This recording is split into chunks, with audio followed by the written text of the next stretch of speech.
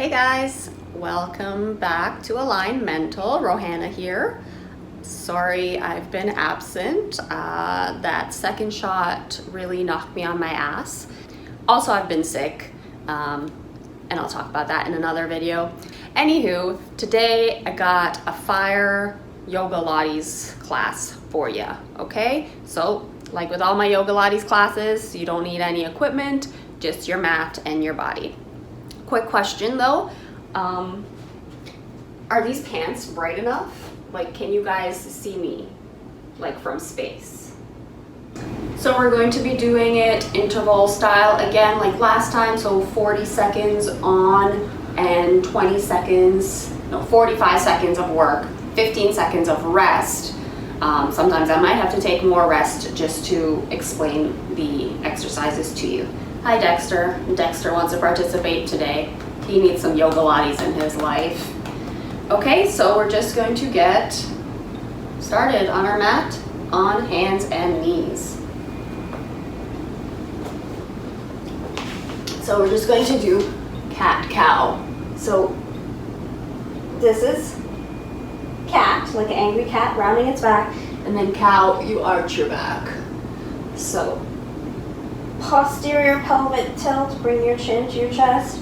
Anterior pelvic tilt, look to the sky. And we got 20 more seconds. This is just warming up the spine.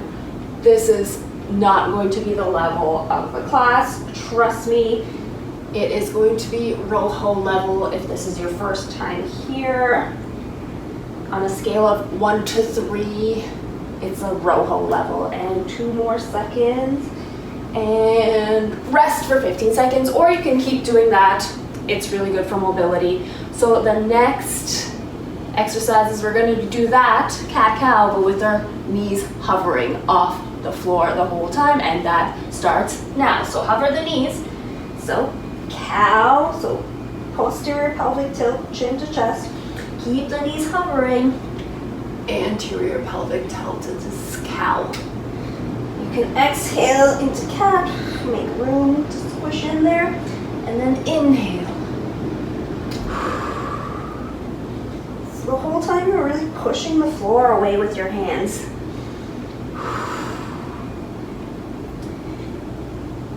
And you spread your shoulder blades in cow, and then bring them together and actually this is cow, but still pushing the floor away. You got 5 more seconds. Protract the shoulder blades, retract, but still push the floor away and lower down. So just to give our wrists a break, we're gonna just start to engage the core and the hip flexors. So instead of Pilates scissors, alternating, you're gonna hold one leg and do the other leg for 45 seconds. So starting now, or starting 3 seconds ago. So you just hold that. So your hands should be doing minimal work here. Your hip flexor is engaged there. And you're just pulsing that up and down, but with control. Like not swinging the leg. You don't want your upper body to have to compensate. You slow it down. And your quad will burn here. Your hip flexor will burn. There's nothing wrong with working your hip flexor. People always say, oh, get the work out of your hip flexor, get it into your core. Well, your hip flexor is part of your core, so it should be at least engaged when you're doing core work.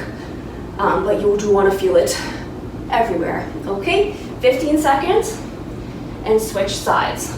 The hip flexor is right here. It attaches your thigh bone to your lower back, actually. So when you feel that in this little crevice here, that's your hip flexor. But hey, it's a muscle too. It needs to be worked. And it's probably tight because it's underworked. Next side, so hold the left leg and then pulse the right leg. Lower it and lift it as high as you can. It can be here or full range of motion. So here the hip flexor is doing work, but the core has to be engaged to stabilize the torso. And then in other exercises, the hip flexor has to be engaged for stability, and then the core is doing the work. See, they work like synergistically. You don't want to just like leave one out of the party. They're both invited. They can show up together. 2 more seconds and rest. So we're back to that cat-cow, the hovering. And then we're just going to keep the spine neutral and kick one leg back and tap it to the arm and back, okay?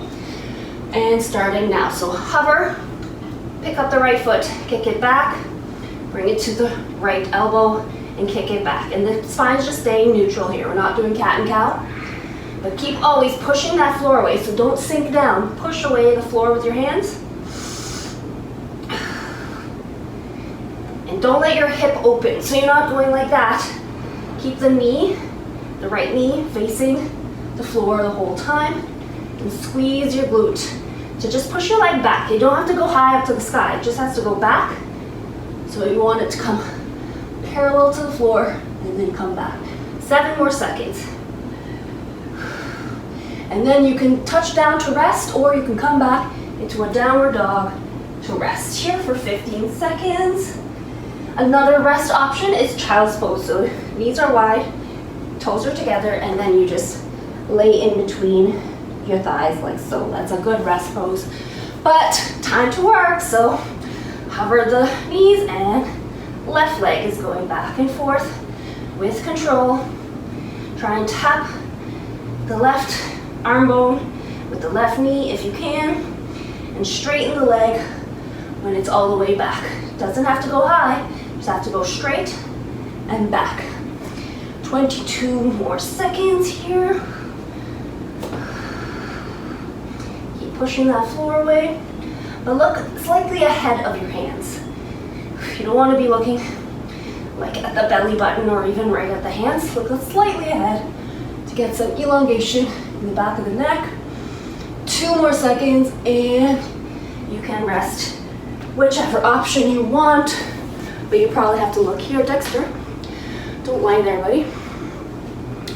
So, oops, let's pause it here, just so I can get into bridge position.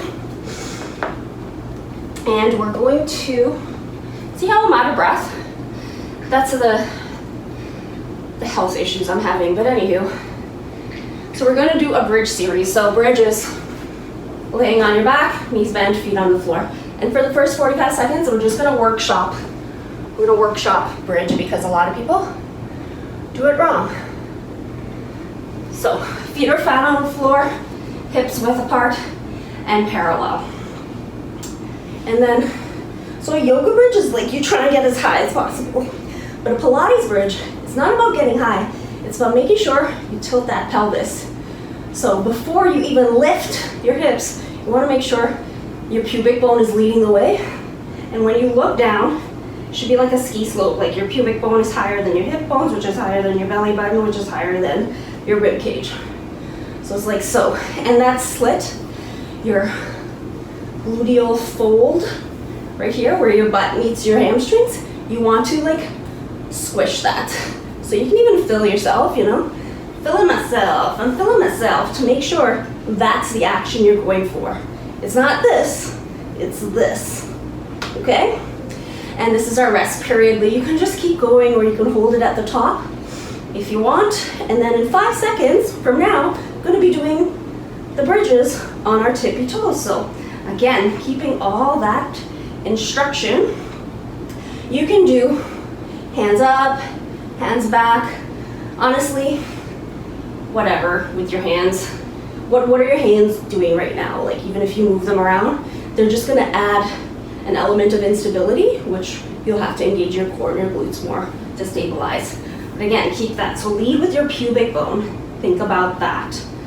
And then think about swishing that space in between your hamstrings and your thighs. I know the butt, it doesn't make your butt look good in the moment, but you want ugly butt now so that you can have a glorious butt later. Trust me. Trust me. And that's 15 seconds of rest. Now take it, because you're gonna need it, because the next one is tippy toe, 1 foot, and then you're gonna just bridge up with 1 foot, and that's starting now. So here you might need to put your hands down just for some leverage, just to get you a little bit more oomph up, because you're only using 1 butt cheek and 1 foot. Important thing here is not to let that right hip drop. You can look at the knee, make sure both hips are in line here. So if you had a plate here, it wouldn't fall off to the right or the left. Although it might roll down and hit you in the face, but that's okay. It'll hit you in your boobs first. 12. 10 more seconds. So remember, again, it's not about how high you go. It's about, don't go high if it means you're gonna lose that pelvic tilt. And rest, rest, take the rest. Because that's hard, that is hard. I know it is, because it's burning me, and I'm super strong and fit. 5 more seconds. So I would start up here. I like to start at the top and then lower. 45 seconds of this. And the foot, when you're on the tippy toe, I mean, you're not on your toes, you're on the ball of your foot. But make sure you're not mostly on the pinky edge or toe edge. You kind of want to be down the middle of your foot. Like the toe, the index toe, the toe next to your big toe. That's really where you should like finish the motion, right? Just like our fingers, our index finger is kind of the most powerful. Our index toe is actually the most powerful too. It's like connected to the arch the most. 4 more seconds. And 1, and rest. Well, you guys rest. I'll show you the next one. The next one is we're holding it at the top on the tippy toe, or option to put the heel down if you're really not tolerating it. We're just gonna lower the leg and lift it. Option 2, straight leg to bent leg, or option 2, straight leg, start now. Start now, that's 40 seconds. If you started late, add on a few more seconds. Again, make sure the hips, the right hip is not dropping to the right. And that tilt, don't let this happen. You wanna look, if you look down, you wanna see that pubic bone. 14 seconds. 10 seconds. And don't let your ankle sickle so it's not falling out to the right, the left, or caving inwards. And that's 15 seconds of rest. Take it, don't be a hero. 8 more seconds. I'm gonna slowly start to come up into position and go. Again, straight leg to straight leg, or you can do straight leg to bent leg, or you can even do bent leg, tap the toe, bent leg, tap the toe. Pick your poison. Choose your adventure. Any other analogy you want to use. 25 more seconds. If you feel like you're losing that tilt, come down lower. You can be down here as long as your pubic bone is high, higher than your belly button.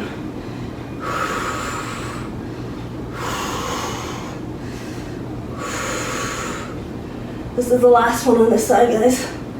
And done. Okay, you guys rest. I'll pause the timer so it can have some water. So now we're going to the 90-90 series. This one is fun. So you're gonna sit with your legs. They don't have to be a 90-degree angle, like kind of like a mermaid, like a double angle, like so. We'll resume the timer. I got 10 minutes to show you this. So first move, so I'm on my right foot forward, and then I'm just gonna hover the back leg and tap the knee and the toe. Start now, that's 45 seconds. So flex the foot in order to lift the whole leg, and you just internally rotate to tap the knee, externally rotate to tap the heel, and you're going like that. You can have your hands down if you need that, or level up, use your core to keep your spine as upright as you can. Obviously you're going to be leaning forward slightly because your foot is behind you, but I would start at the higher level. So if you can, start here, and as you fatigue, then maybe you need to put your hands down. And you're not swaying the leg around, just slowly, internally and externally rotating with some sort of pace. And that's 45 seconds. Switch sides, you just roll over. You got 10 more seconds of rest. Fine, and then you'll start to feel a stretch. So this is good, alternating the sides. I'm getting a stretch on that foot, that leg that was just working. And now lift the back leg and tap. externally rotate, internally, externally, internally. And your torso wants to be, you want it to be like over that front thigh. So you're not here, you don't need to be all the way rotated, just over the front thigh. 25 more seconds here. And really you want the heel to tap the floor, so you want your toes to point to the sky. So not this, really externally rotate so that the heel taps and the toes point to the sky, and then the heel points to the sky, knee in. You really want to emphasize that rotation. And one more second, and next side. So this side is going to do, so you lean forward to get a leg extension, and then you come back.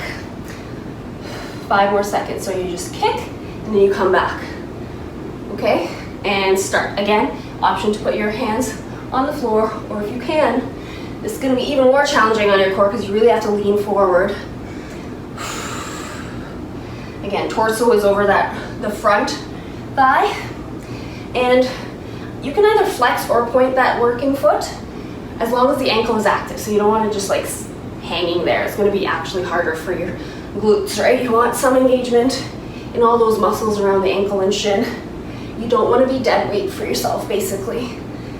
13 more seconds. 10 more seconds. Try and extend that leg as much as you can. If you have to put your hands down to come all the way down. And that's 15 seconds of rest. Switch sides. So starting at 90-90. Oh my God, that left glute though, holy cow. Holy cat cow. Okay, lift the foot and then extend, come back. Extend, come back. If you really have the coordination, it's best to point as the foot goes straight, as the leg goes straight, and flex as the knee bends. Because really you're flexing all the joints and then extending all the joints. Flexing all the joints, extending all the joints. They all work synergistically, right? So, oh my God, holy crap. Who comes up with this shit? Like who? 10 more seconds. 6, 3, 2, and 1. Oh my God. Sometimes you gotta spank yourself. Okay, this one is, so you keep in the knee bent and you just swing it this way and then swing it back that way. Okay, and start. 45 seconds starts now. And here at the top you can just bring it over a little bit to get a stretch, and then, but it stays bent the whole time. And because the knee is bent, you can flex the ankle. So it stays hovering the whole time, and it stays bent the whole time. Again, you can use your hand if you need to, or try and use your core. This is obliques, trying to keep you off the ground while you swing your body around for some reason. And here, you're getting that internal rotation that we were working on, right? And then here you're getting that external rotation. Internal, but the knee doesn't touch down.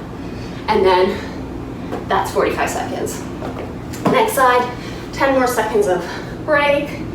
8, 7. Start wherever you want. I'm gonna start in this one. 3, 2, 1. Swing, internally rotate. Swing, externally rotate. Option to put the hand, maybe you can just put the hand when you come forward and then like push yourself off.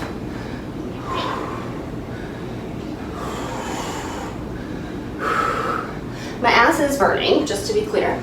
Specifically like the top right here, called the glute med. It's not as big as the glute max, but it's responsible for a lot of rotation, all this external, internal rotation. Okay, my cats are having an epic battle royale out there. I might have to pause. Dexter's being a dick. Okay. Pausing. How embarrassing. What a dick. Okay. Okay. So you guys got some rest. Come here. Tell everybody what you did. Tell them. Tell them. No, I'm gonna pause. Okay, last one, best one is a pigeon good morning. So pigeon posture is like this, or you can do the 90-90. I just want your hips facing forward. So if you have to be up, in fact, I want you to be up off that right glute, because that means you're engaging it. So not here, squeeze the glutes, you're up, and then both of your hips are facing forward, and you're doing a good morning. So you bend forward, and then you come up, okay? 45 seconds of that. Ready, set, go. Squeeze that glute to bring you up, and then the left glute squeezes to make sure that left hip is not opening, so you don't want to fall to the side. Make sure both hip bones are pointing that way, or whatever way your chest is pointing. You got 23 more seconds here. And at the top, really squeeze and try and come all the way upright, and then lower slowly as much as you can. Keep your chest proud though, so you're not rounding at the spine. You want your chest to come to your knee, and then chest to the sky. 4 more seconds, and last one. 15 seconds of rest, rotate. I guess it's not really that much rest if you gotta like reposition, but always re-whack your weights, okay? Again, use that glute to come up, and then forward hinge. Keeping your chest proud even on the way down. Don't let your upper back round. You really have to engage that glute, both glutes. So this glute is working to bring your spine up and down, and the right glute is working to keep that right hip facing the mat. See, glutes have different functions. 18 more seconds.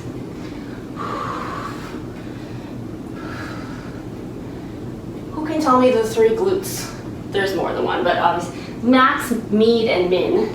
And then there's these little ones that attach like your leg bone to your hip pelvis. They're called the deep 6. That includes your piriformis. Okay, now it's core time. So the first one is, we're going to do crunch variations. So laying on your back. Baddha Konasana is this posture in yoga where it means bound ankle pose. So your ankles are touching, but we're not in Shavasana yet. So engage your core, press the heels together, and toes are out. So you're squeezing the heels together and lift it. So you're in this like butterfly, and then we're going to crunch here. Okay? For 45 seconds. But you got 10 more seconds of rest. Dexter, I don't want to hear it. I don't want to hear it. Thank you. You're a bully. 4 more seconds. 3, 2, 1. So crunch up.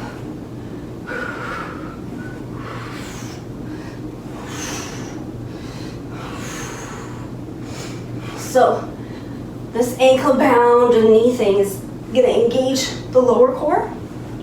So you're holding that steady, and then obviously you're using your upper ab muscles to crunch up. But a lot of times the lower ab muscles get forgotten, especially when we're doing crunches and stuff, right? But like I said, all parts, you want all parts of your core engaged. You know, some of them might be stability, not necessarily motion, but you want everybody invited to that party. And 2 more seconds, and rest. You guys can rest on your back. And, okay, I gotta pause this one. The next one is eagle crunches. So you're gonna cross your right leg over your left leg, either once or twice, if you can bind at the feet, the ankles. And then you crunch up, so we're gonna just do the same thing again, but crunch like that, and then you tap the toes down. If you can, if you do yoga, Dexter, really? Buddy, can you just not? If you're good at yoga and you know this pose, you can incorporate eagle arms as well. So if your right leg is over, you want your right arm under, and then you can crunch from there. So tap the hands and the foot, and then tap the knees at the elbow, okay? And we're going for 45 seconds in 4 seconds. Ready, set, go.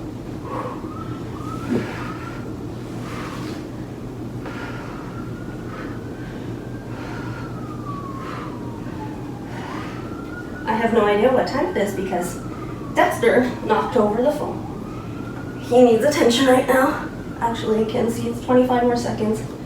So this one sneaks up on you. It's not a large range of motion, but it's a lot of that lower core that gets forgotten. Your upper body can't really move that much in this bound position, but your hips still have the mobility. So you gotta really round that spine for 5 more seconds. 5, 4, 3, 2, and 1. Okay, 15 more seconds. Let me just get my office back. And then we're gonna go back to that Baddha Konasana and then do the other side of the pigeon one. Okay, so 7 more seconds to get situated. So ankles hovering and pressing together. 1 and go. I know this burns, it's burning me too, guys. And here, you want your knees to be in line with your hips or even a bit out is harder, but you don't want to bring them in too close actually. So right over, right in the same plane, the same vertical plane as your hips. And we got 21 more seconds here.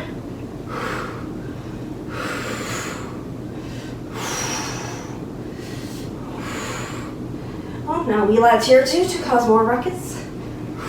7 more seconds. 3, 2, and 1. Okay, so now we're going to do left leg over right, single or double bind, and then right arm over left if you can. Tap the hands and the toes to the, and we're starting now. Knees come to elbows, tap the floor.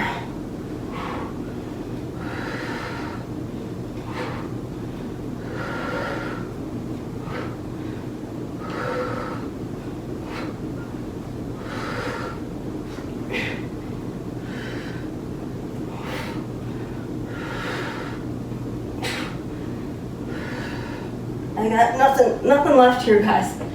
My abs are burning too. I'm just trying to concentrate on it.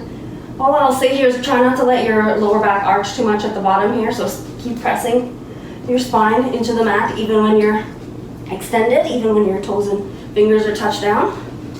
And that's it. Holy shit. We have one more core thing though, but I'll let you guys take a break and I'll take a sip of water.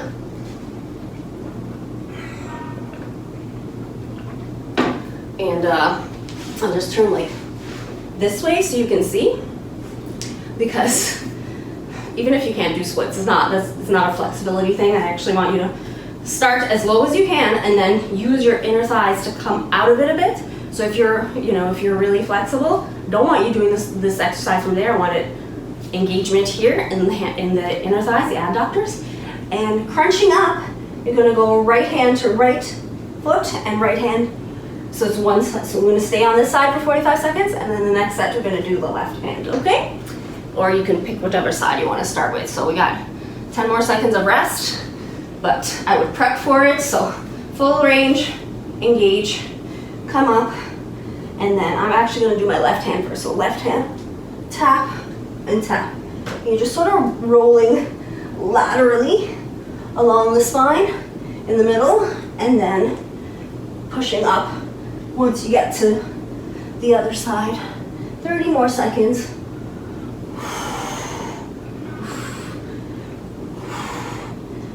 And yeah, you're not going to touch your actual ankle or your toes probably, but it's not about where you touch as long as you get that engagement in the core. That twist, you got 12 more seconds.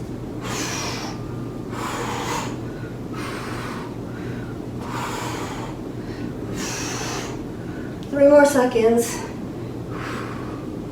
And done. Okay. So just take a quick break, hug your knees into your chest. 9 more seconds of rest. I'm just gonna rest in here, and then engage, come up, left hand behind the head, right hand reaches.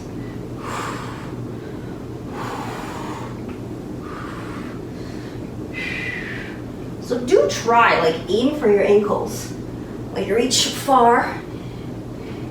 And when you're reaching over to the opposite leg, try and get a lot of rotation in there.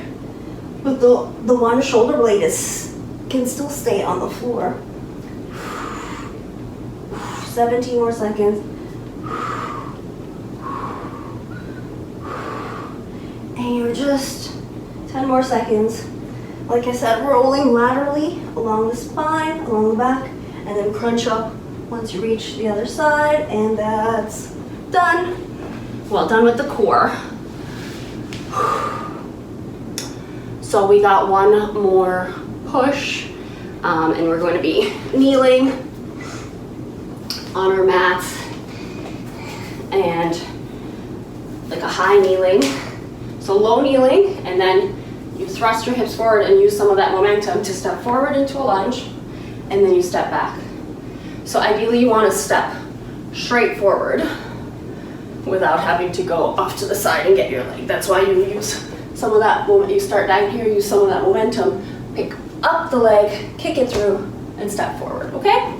Do your best. So we're gonna alternate for 45 seconds, rest, and then do one leg, and then the other, each for 45 seconds. So, I don't know, pick your good leg, whichever one you want to start on. So, 10 more seconds of rest, wherever you want, or if you want to practice a few. So we got 6, 5, 4, 3, 2, 1, and go. Step forward, back, sit down. You can use your hands here too. That will also give you that momentum to swing that leg through. And when you're in the lunge here, get your hips forward, get a little bit of flexibility going, right? But without arching your back. It's not this, it's sinking, pushing your hips forward rather than sinking into the lower spine. And we got 15, 12, 11, 10 more seconds. 5, 4, 3, 2, and 1. Okay, 15 seconds of rest, and then we're gonna stay on one side. The staying on one side is gonna really get that heat building in that one leg. So we got 5 more seconds. I'm gonna go on my right foot first. 3, 2, 1.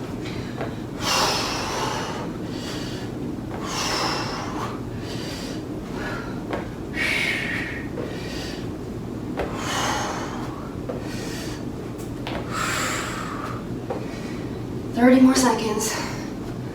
See, I'm feeling more heat now than before. Also, not having to switch directions. You can do more reps. Like in the 45 seconds, we could probably do 30 to 40 reps. Whereas if you have to change sides, you could probably only do 20 in the same time. True story, trust me, I know these things. Been doing this shit a long time. 6 more seconds. 3, 2, and 1. Rest for 15 seconds. Other leg, other leg. The quads are burning with that one. Trust me, anything you feel, I feel it too. Maybe not as much as you, but I know what you're going through. I'm an empath. Ready, set, go.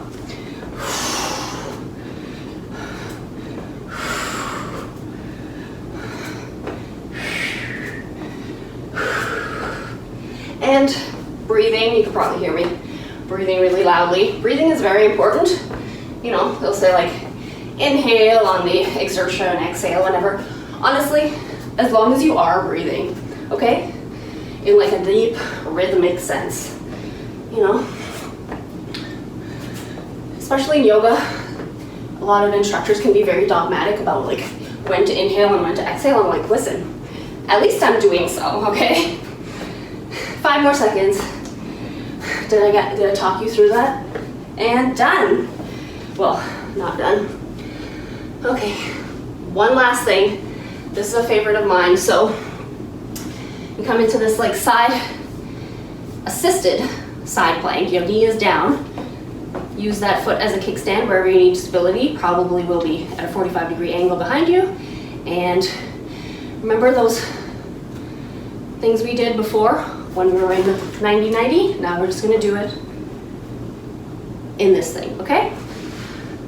So in 10 seconds, we're gonna do 45 seconds, keeping that foot elevated, externally rotate, point away. Okay, and start now. Extend. So notice how the knee is externally rotating to come in and then internally rotating to extend.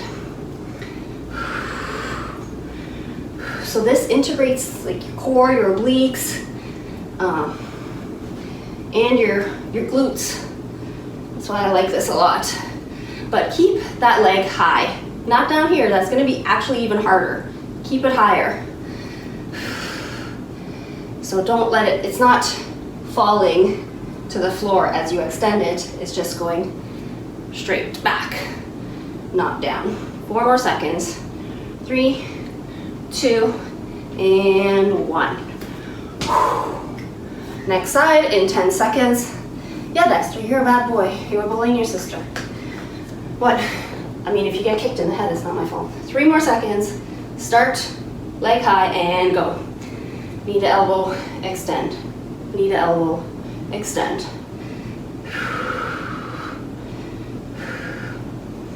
Yes. I love you. I don't know why you have to be such a dick sometimes. Why? They like, you know, introducing levels of difficulty for me. Like, oh, do it with one hand, Mom, so you can pet me with the other one. They're like the personal trainer that I don't really want, but I need. 10 more seconds. Keep that leg high. Extend, 5 more seconds. 3, 2, and 1. What is that fantasy shit I just did? I don't know, it just came to me, Okay, there, now we're gonna do stretches. So, okay, so we did some quad work. So let's stretch those out. So this is called, can you just, thank you. So we're just gonna do like a lunge stretch. People often call this a couch stretch because like you would put your foot up on the edge of a couch. I mean, I have a couch there, but the camera's not angled that way. Where are you going, sweet pudge? But you don't need the couch. You can use your hand to get that bend in the knee. So reach back. So either like internally rotate at the arm and grab the outside of the foot, or externally rotate the arm, because we don't get a lot of that. We're always like this, right? Internally rotated. Let's reverse that. Externally rotate the arm, grab the inside of the foot. Whoops. And then see if you can pull it towards you. So this will be easier if you don't have the flexibility. This is the yoga part. So use your bicep to bring it in and see if you can flip your grip, and then you're pushing the foot forward. You're trying to close the angle at the knee, and then bring your chest to face forward. So it's not this, you want this. And then if you have something near you can use for balance, or put your hand on your hip.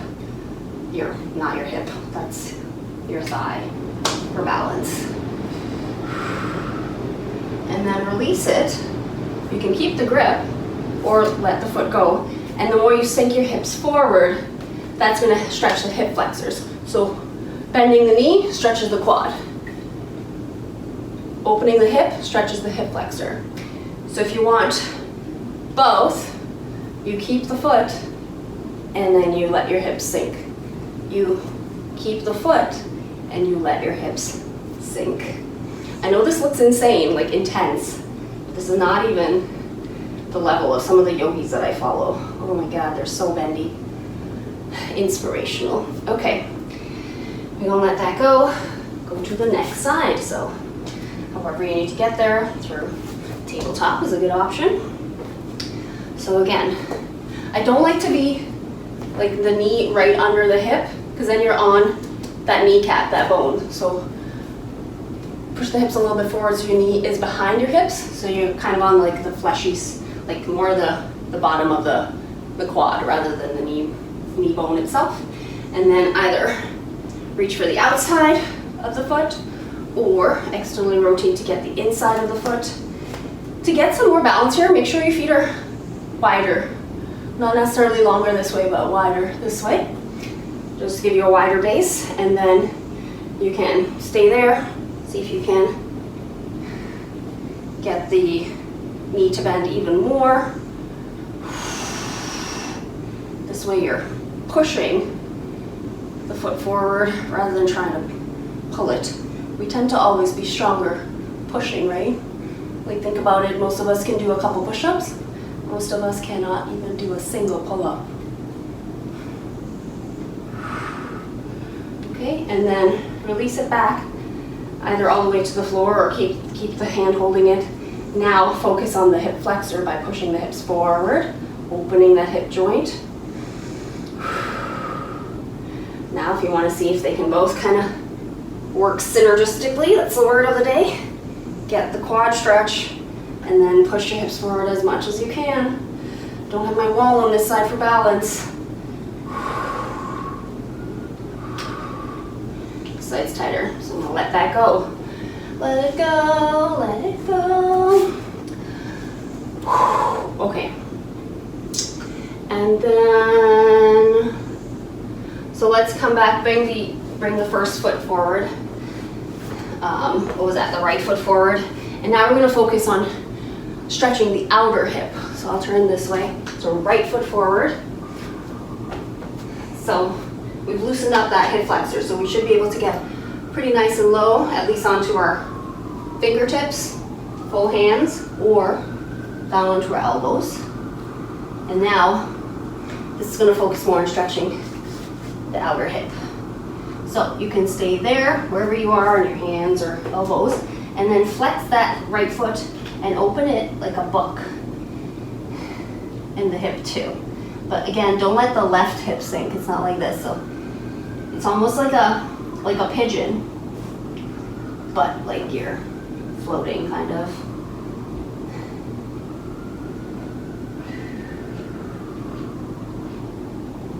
And then if you want to increase, like add some strength and increase the stretch, you can tuck your back toes and lift the back knee. And then see how low you can get down to the floor with your upper body. That's intense, not gonna lie. Okay, slowly come back, switch. Do a little cat-cow. And then next side. Okay, so this is called dragon lunge. So we loosened up that hip flexor. So either on fingertips, full hands. You can do like fingertips, and the more you reach forward, if you can't quite get the elbows down, just reach forward more. That'll bring you down a little bit. Or if you can get the elbows all the way down, you can stay here and do the strength part. You don't have to open the hip, left hip like a book. But if you are going there, you want to flex that foot. Just by flexing it, it will come off the floor kind of, and you're on the outer blade of the left foot. And it's strong, so your foot is not sickling in. Just the very outer edge of the foot is on the floor, not the ankle bone. And then again here, you can reach forward, and then option 2, engage the back leg.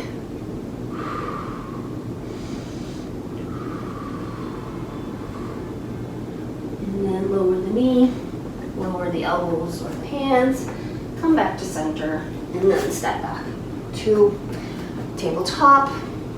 Okay, just one more stretch. One more stretchy stretch. This one's gonna feel good. So lay on your stomach and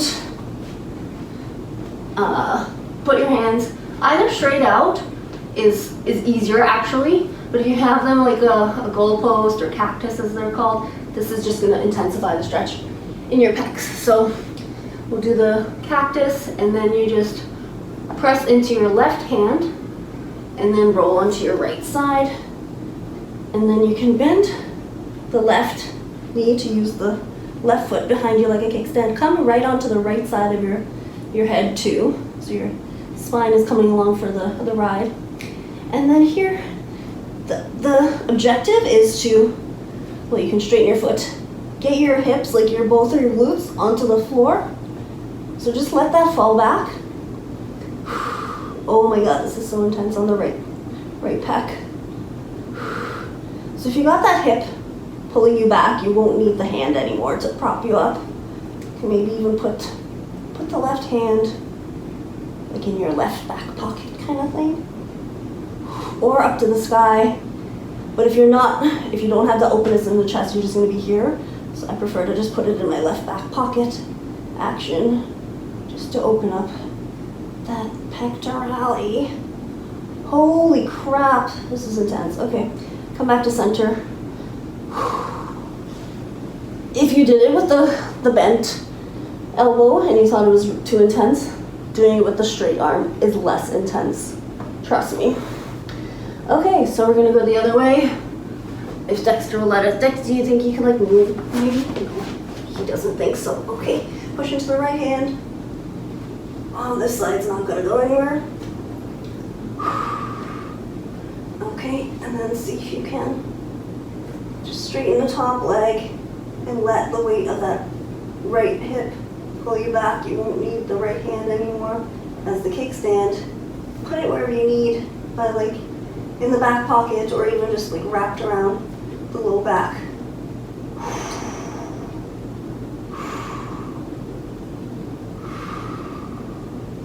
Okay, that's really intense for me. Holy crap.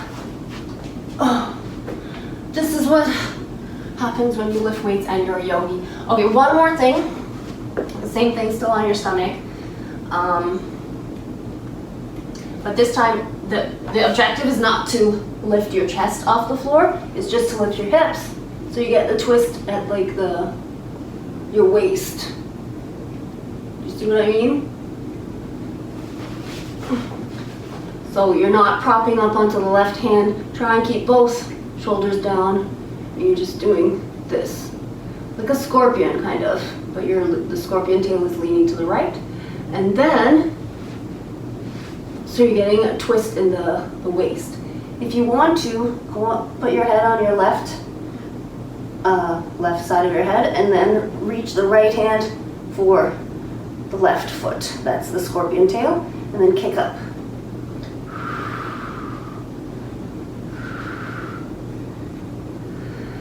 Probably best to have the left hand fully extended here just for some support from the floor.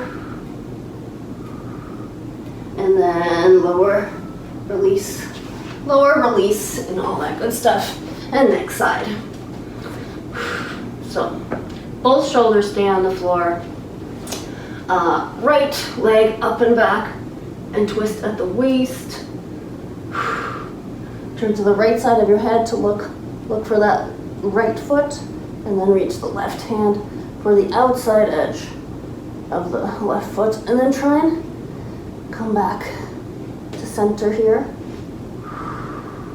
and lift the foot up. So kick the foot into the hand so that you are open in the chest.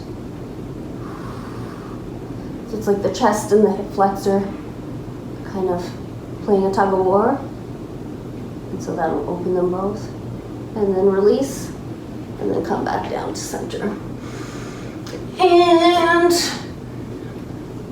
that's it for the class. I'll let you guys do your own shavasana or whatever you want, because this is Yogalates, it's not pure yoga. But yeah, you can just lay down. You can do shavasana on your belly, hey? I'll just show you. So just lay straight down, arms cactus or a T or down beside you, and put your chin on the floor.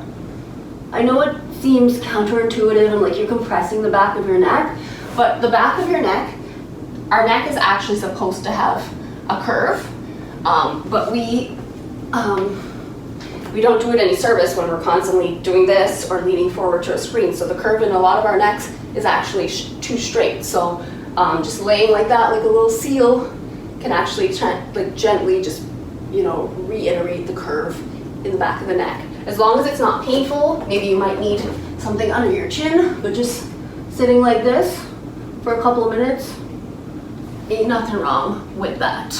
Okay? So that's my little wellness tip for the day.